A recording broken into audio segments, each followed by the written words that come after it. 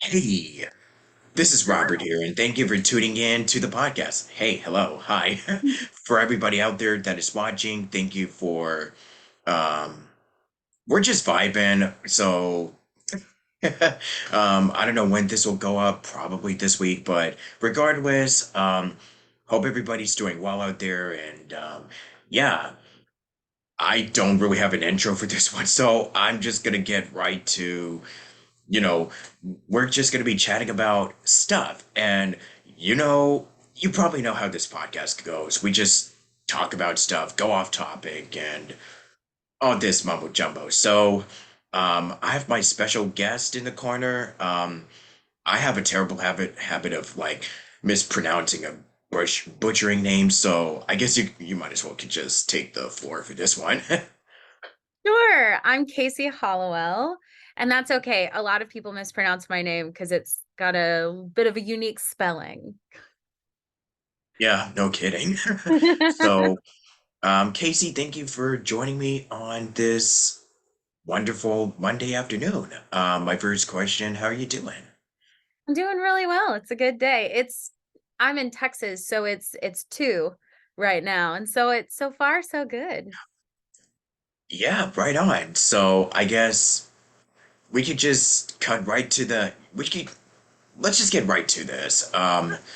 Like before we actually get to the Q&A, what have you been up to? Like you could just share to the audience how long you've been at this and what projects you've been working on so we can catch up and see what endeavors you've been partaking in this year. So Yeah. take it So away.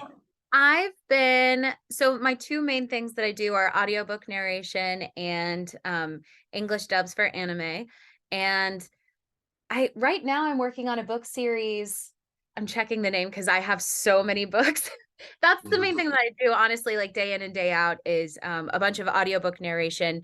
The one I'm working on this week is called, what is it called? It's called Deadly Encounter. That's right. I'm working on Deadly Encounter and Chaos and Carnage, which is book 4 of this whole series. That's coming up next.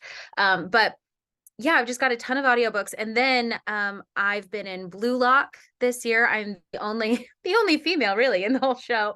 And then Wow, it's funny, there are some every now and then whenever you run into that different is actors. interesting. Yeah. Yeah, there are a couple of guys in the show that were like, "Oh, there's a girl." And I'm like, I'm "Yes, like, hello."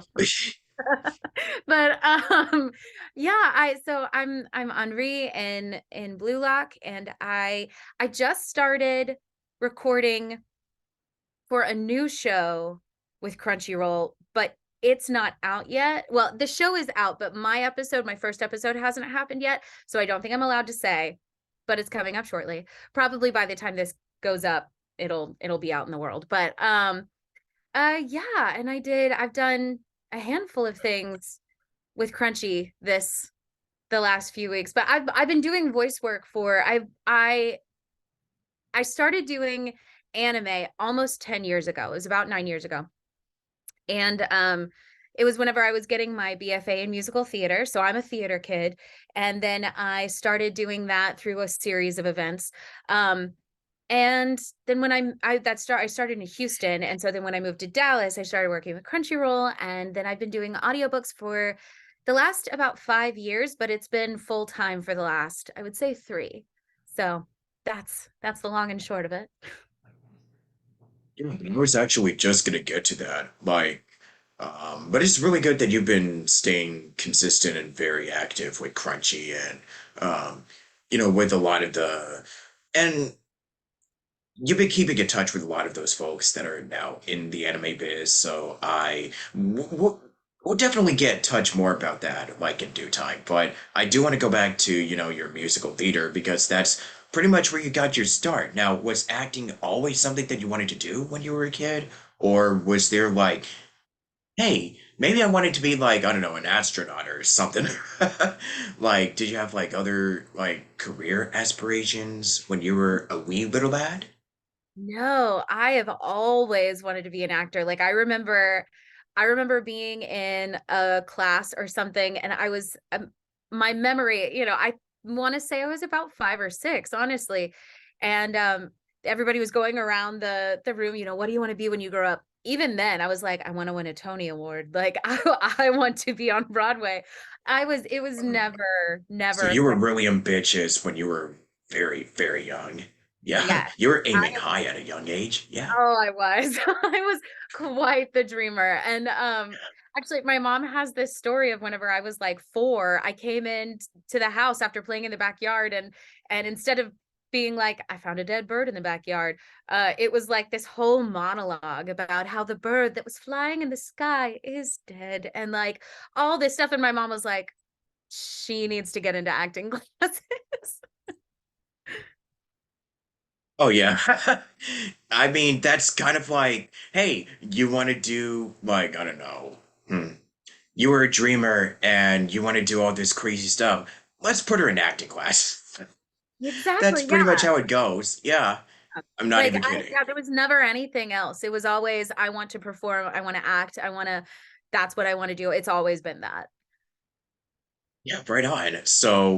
Um, so doing musical theater and everything that you've been doing, when you were a kid, like, how long have you been doing, theater and whatnot before you got your start into doing VO?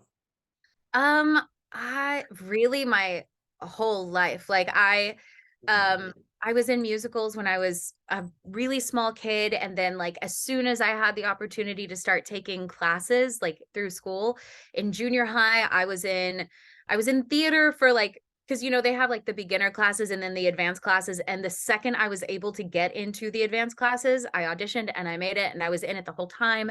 Same with high school.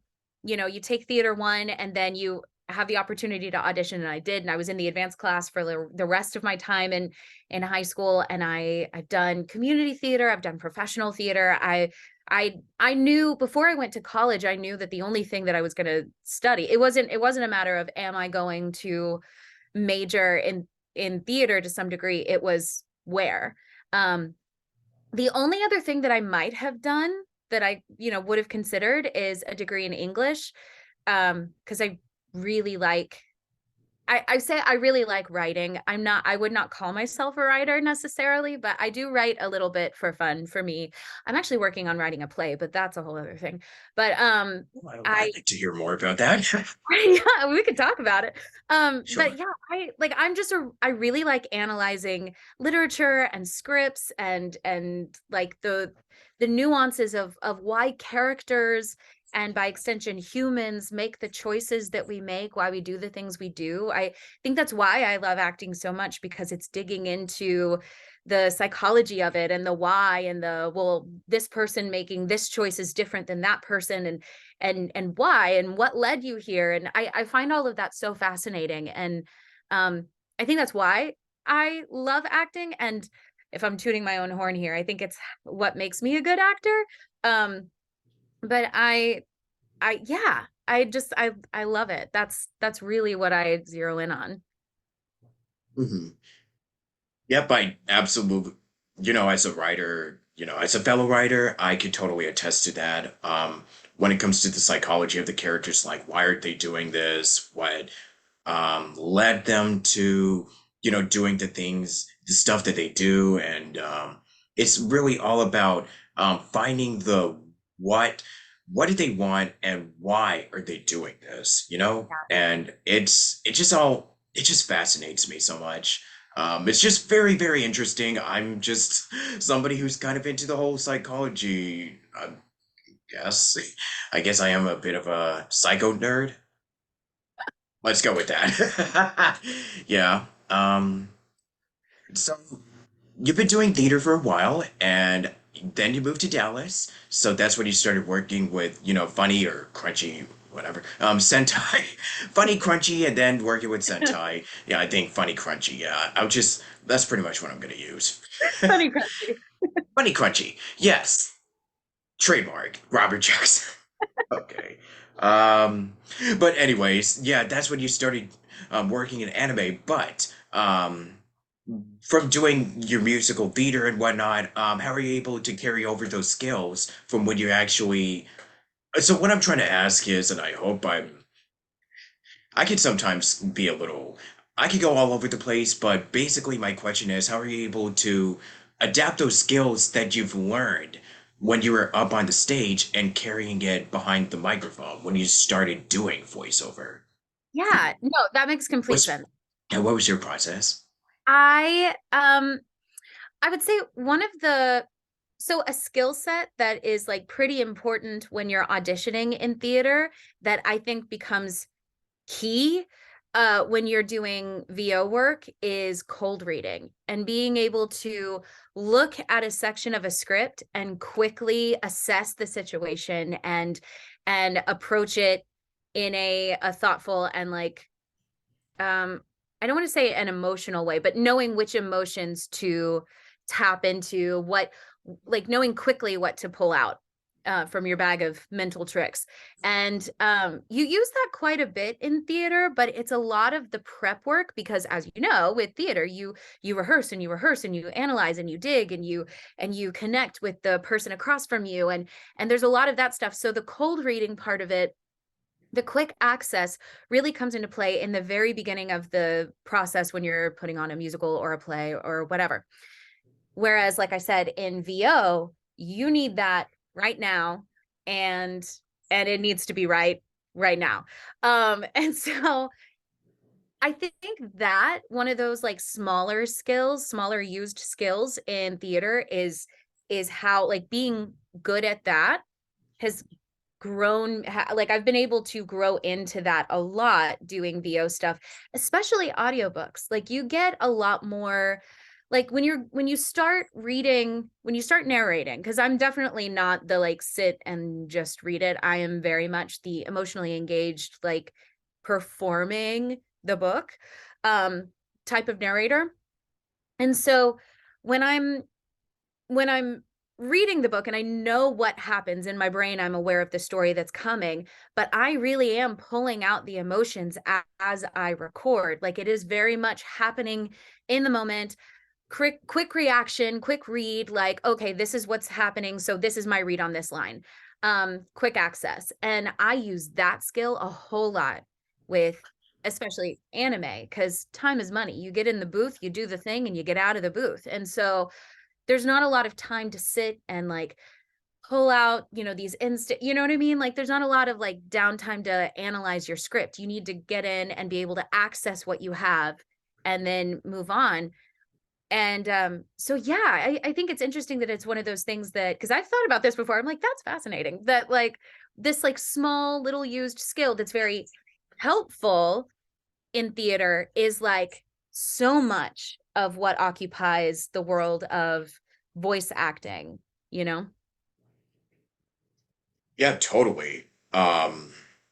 Because when you really get down to it, like a lot of the anime, there's a sense of like everybody is because when you go into anime, like you're kind of used to projecting really loudly to all the way to the people out in the back. And a lot of the anime is like the characters are often shouting or screaming or yelling. So, and it's also like when you watch something like I don't know, Attack on Titan, like it feels very like when it comes to making speeches, like there's a lot of projection that is involved. So it feels very like I don't want to say theatrical, but it's more like okay, so there's the strong sense of emotion that you get when you listen to the actors' performances and the deliveries, and you really get the sense that this is a world where everything has pretty much gone to you know what. So it's kind of like, and a lot of it there's the sense of like this Shakespeare Hamlet type of tragedy that is involved. Like when it comes to having a background doing theater, then you realize that a lot of these themes are like, oh yeah, these are kind of like what you would find on, you know, from Shakespeare or Hamlet, or if you've read any of the novels. Like it feels very, very, very much like, I mean, of course, there is anime that focuses specifically on, you know, his works, but yeah, it's like there is a little parallel to it when you really think about it. If you're watching like a lot of dubs and yeah, you notice that a lot of the deliveries are like very, I mean, they're very, very subtle. I mean, we've moved on from the old days of like let me see.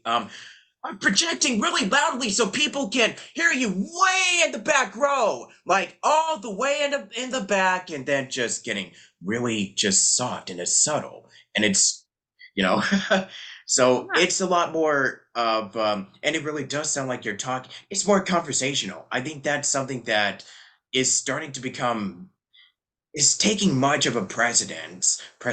Yeah, it's very prominent when it comes to voiceover nowadays, not just in anime, but it's more like you hear it a lot in commercials, animation, like cartoons and stuff. I mean, cartoons, it's still kind of broad, but it's not like we kind of moved on past the days of like, Hanna-Barbera and stuff like that. So I just think that it's really fascinating with how the industry has kind of been adapting to all of these new trends, changes, trending trends. Yeah. Um, you can tell that you're a voice actor when you kind of stumble on your words. So, but yeah, like there's a lot that has been going on. Like I know with remote recording, that's been like, the discussion topic, since the last 3-ish years or so. And now with new stuff that is coming out, with the strikes, AI, and a bunch of other topics that I'll indulge into in other episodes. But this is about you. So I wanted to yeah, like get right back on topic before I ramble off, which is inevitable, but no, not apologizing. But let me see. So, being a trained vocalist, like VO just kind of came very naturally for you. Like, was there ever a moment where you're like, wow, okay, where I don't know, you end up booking an audition or like you get a character of like say, I know that you've done like a lot of audiobooks, which I commend you for doing so because oof. But yeah, like since you've had a lot of training doing, with singing and doing musicals and whatnot, like was there ever a moment where you're kind of like or like was there a particular series or a particular project that you've done where you're like, oh wow, I can't believe I actually did that. Oh wow, this is kind of challenging. Yeah. I mean, I actually it's funny. One of the shows that I love that I one of the musicals that I love that I have like absolutely I hold it dear is Into the Woods. And Oh I yeah. was I was Little Red in a production in Houston, and it was the most fun and I loved it so much, and that was actually the show in so I was Little Red. The guy who played the baker, his name is David Wald, and he's a voice actor. And so I just started talking to him, and like he led me to the next person who was a director in a show that I did. And and so like it's just funny that one of the I don't that particular version of Into the Woods, the way that we did it, I love it so much. I wish I had a recording so I could watch it over and over again. But I don't know that it was the most challenging show I've ever done, but it was one of those that was such a whirlwind, and there was so much that went into it, and that like yeah, by the time I was done with that production, I was like, oh wow, I did that. Like that was a thing. So it is funny that one of those shows for me is the show that led me to being in VO. But like I did an audiobook that had 6 it was a series that had 6 books in it. They were all quite long, about like 12 or so hours long, and there were 6 main characters that I had to voice. One of them was a female, and then there were 5 guys. And then like a whole slew of other like secondary characters, but like the 5 main guys that I had to do like distinctive voices for each one. And I'm like, but then they also, it's, like they have certain personalities and the voices need to match with the personalities. And like, I think that was probably one of my most challenging series to work on. And by the time it was done, by the time book 6 was done and approved and it was off and away, I was like, that I got that feeling from it where I was like, wow, I can't believe I did that. I can't believe I finished that project. And I was really proud of myself for that. But yeah, I think that was one of those. Yeah. Um, and recently you've been doing a lot of anime, which I'm really proud. I need Like it's particularly with, Blue Lock, that's the soccer one, if I'm not mistaken. Yeah. Yeah, yeah.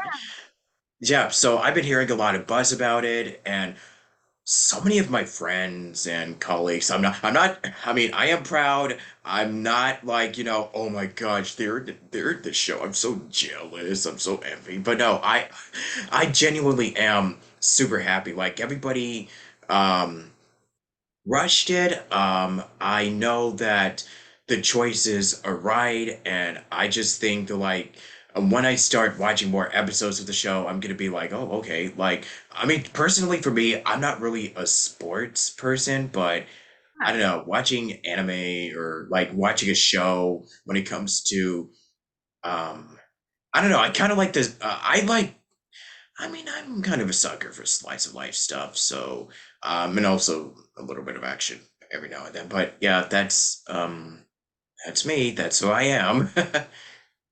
Yeah, I'm not a big sports anime person either, but I think that's why Blue Lock is special. And that's like, I know that's why I have really leaned into it and why I really like it is because it goes beyond just the tournaments and just the sports aspect and more into this whole like this whole cool psychological viewpoint of the sport. And I think it's a really cool show. And yeah, I like not only did all of the English actors totally crush it, but like our director, Jonathan Rigg, is just chef's kiss. He's wonderful to work with, and he made fantastic choices in casting, and he's a great leader, like of our little gang, our little group. So I mean, yeah, I'm super proud to be in it, and and I've actually so not a lot of voice actors always know each other because like the recording sessions are, one-on-one with you and the engineer and the director. And so you don't always get to meet your like the people you work with, but Blue Lock is a show that I've actually met a lot of the guys in the cast, and like everybody's so great. Everybody is just what like we're a little Blue Lock family. We have like a like message thread that we're like a message chain that we're all in. Like we have a group chat. And they're really wonderful people. Yep. Yeah, like that's the cool part about it. Like, voice actors are usually some of the nicest and most supportive folks in the industry. Like, I don't really think that you could ever have. I don't think I've seen any industry that is so like uplifting and just rooting and cheering each other on. Like, I know we're all like a one big old Abby family. Yeah, yeah. I just really think that it's so nice to see everybody just like they want each other to succeed in this very competitive industry. So that's really nice to, see. Um, so with that though, like anybody that you want to give your thanks to, like that you want to, I don't know, shout out or people that you would say really helped you along the way that you find as an inspiration, influences, like Um just go right ahead. Yep.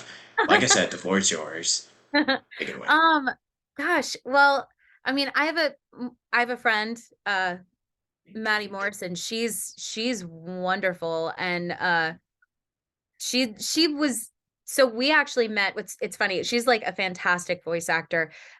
She's a fantastic actor, period. But like we met doing a show a while back, like a few years back, and she was the assistant director or the stage manager. She was the stage manager.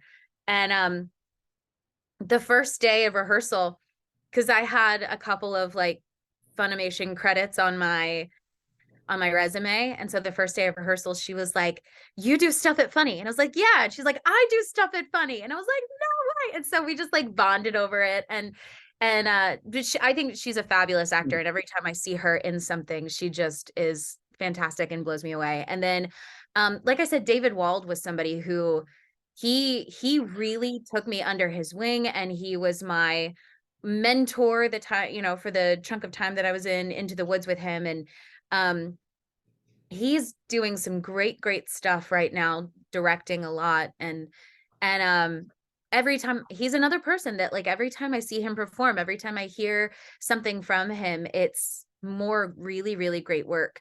Um, Jonathan Rigg, I guess I do a lot of calling out in my while I'm chatting because I'm like, I'm going back over my list.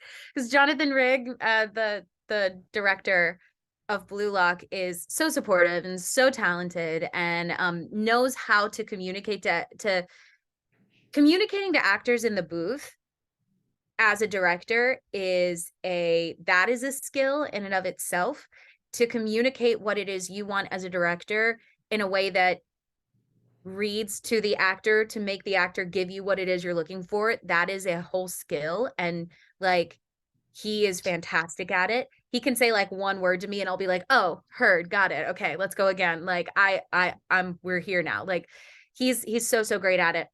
Um yeah, and I will say I haven't done a whole lot of like cons and stuff because a few years ago that wasn't like as prominent as, and I mean COVID kind of like took a huge dip in things, and so I'm just now starting to get on the like con scene and stuff, and Drew Breedlove has been fantastic about like he's just like blazing his own trail, and he is more than happy to bring along people with him, and that is so kind of him and so generous. And he, he, if I've got a con question or a whatever, he's the first person to help me. Okay, here's what you can do, da, da, da. Like he's really really wonderful, not to mention incredibly talented. He's doing a fantastic job in Blue Lock, and I am so grateful to be in the show with him. Yeah. Yeah. Of course. So, have you, like, I know with your schedule and everything is kind of a little uncertain, but have you considered doing like song covers for like YouTube and stuff? Or I like on haven't social media? considered that. I probably should. I haven't thought about doing that. That's a good It seemed idea. to be a lot of fun. Yeah. Good, I gave you that idea. Yeah, I should do that. Yeah. I don't know, just kind of a silly question, but I just wanted to, you know. No, it makes sense. I haven't Um, done a lot of theater since before COVID, and I miss yeah, singing. I I am, was gonna, I was also kind of wondering if you were gonna start doing theater again, with everything kind of opening back up and yeah, stuff. I do plan to. My my audiobook schedule got so crazy because with Yeah. COVID, I was like, yeah, I'm free. And so now the people who like hire me for their books, they're like, great, here's a million books. So like I kind of have to reel in some of my schedule a little bit. But my hope is by which it feels like it's far away, but by next year, by like January, I am definitely planning on. There's some theaters in my area who have got great seasons, and so I've already got a couple of shows on my list of like, okay, I'm gonna audition for this, I'm gonna audition for this. So like I've got plans. I've got plans for it. Hmm.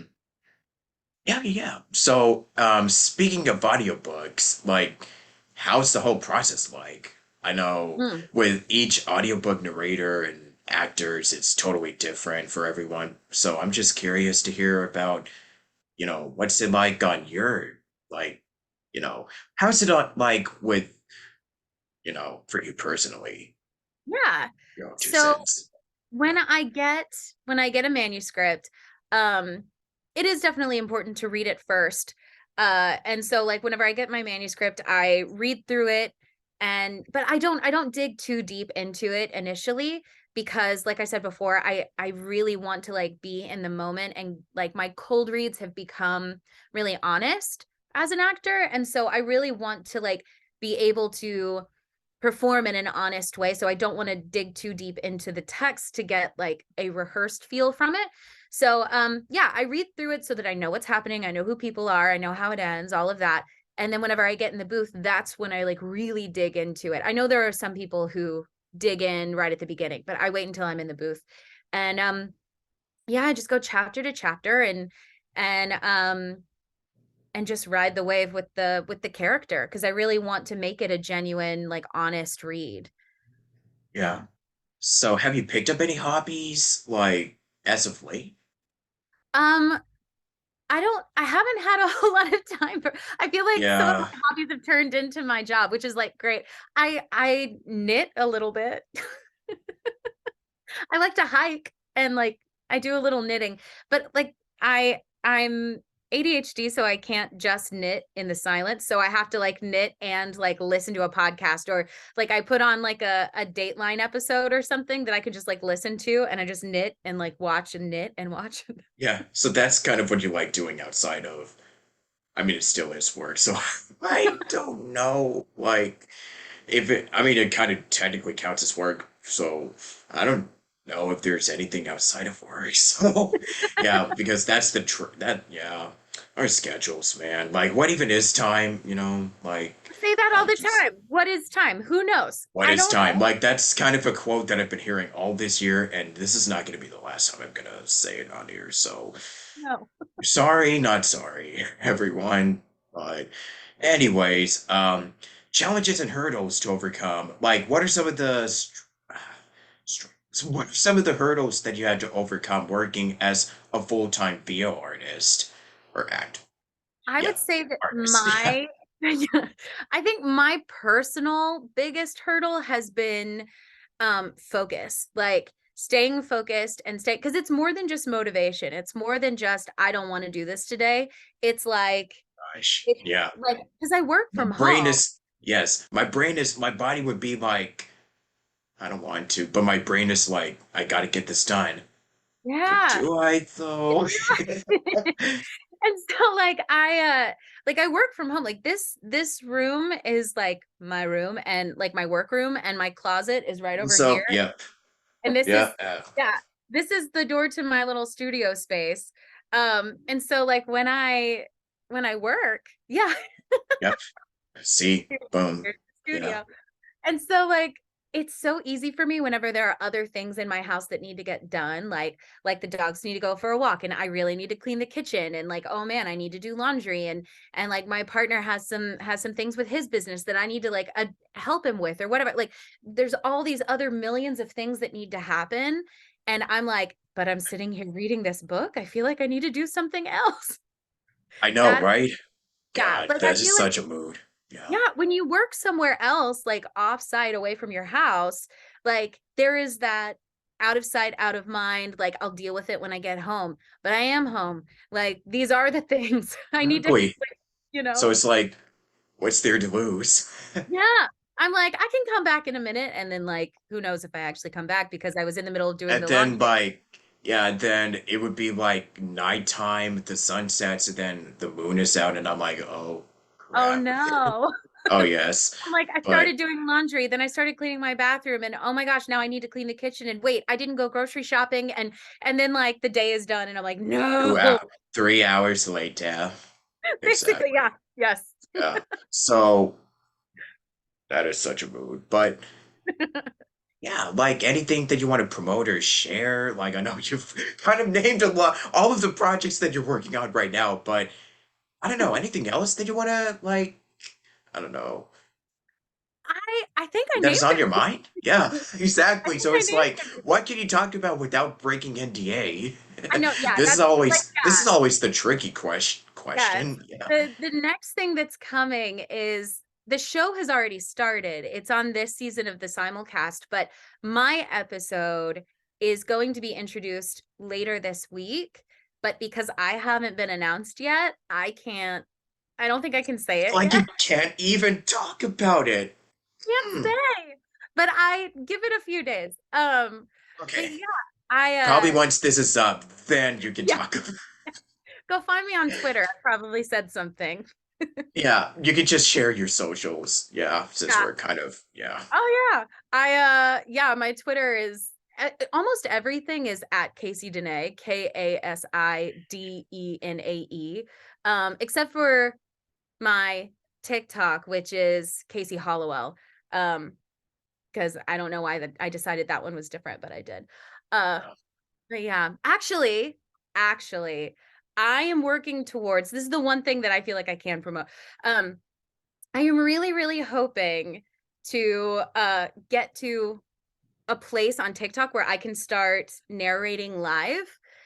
like during the day, also because I think that would help me stay on task. But I really want to be able to like narrate live with my books, um, the ones that I'm allowed to do that with. But you can only go live on TikTok if you have 1,000 followers. And right now I have nowhere near 1,000 followers. So I would ask very much if you feel so Just inclined, go follow follow me on go TikTok so follow that I can her. start narrating live, please. Yeah, I'm just do it. But any last words that you want to close out on? Outro, advice, Hmm. anything that that you feel in your heart that you want to share. I would say, as far as advice goes, because I have had a few people ask for VO advice and stuff, whether it is commercial work or audiobook narration or even anime and other kinds of animation, other sorts of things. If you want to jump into that, my best piece of advice on the outs, like on the in the beginning, is just to make sure that you are consuming whatever media it is that you want to work in. That's what I started doing when I started doing audiobooks and anime too. I started taking in as much of it as I could so that I could listen and learn and like, what did I like about this performance? Okay, how does that fit in who I am as a performer? What did I not like about that performance? Okay, well, why didn't I like it? And how does that relate to me again as a performer? Not in a way to where it's like, oh, this person isn't good, but more so in the like, how does that relate to me as an actor? Okay, so like with audiobooks, that's how I found out that I found out. That's how I decided, that I'm the kind of performer that with audiobooks that really wants to be in the moment and like really act these books out, not just read them. And because the ones that were a little more monotone, I was like, yeah, I'm not really connecting with that. I really connect with the ones that draw you in. So okay, I'm going to be the kind of narrator that draws you in. um and so yeah, I think just consume the media that you want to put out there and learn from it. Learn from it, really soak in it. Yeah. And I guess on that note, I'm just gonna leave it off with just do it. That's all I can say. Um, my best piece of advice that I have in the moment. So, thank you for watching.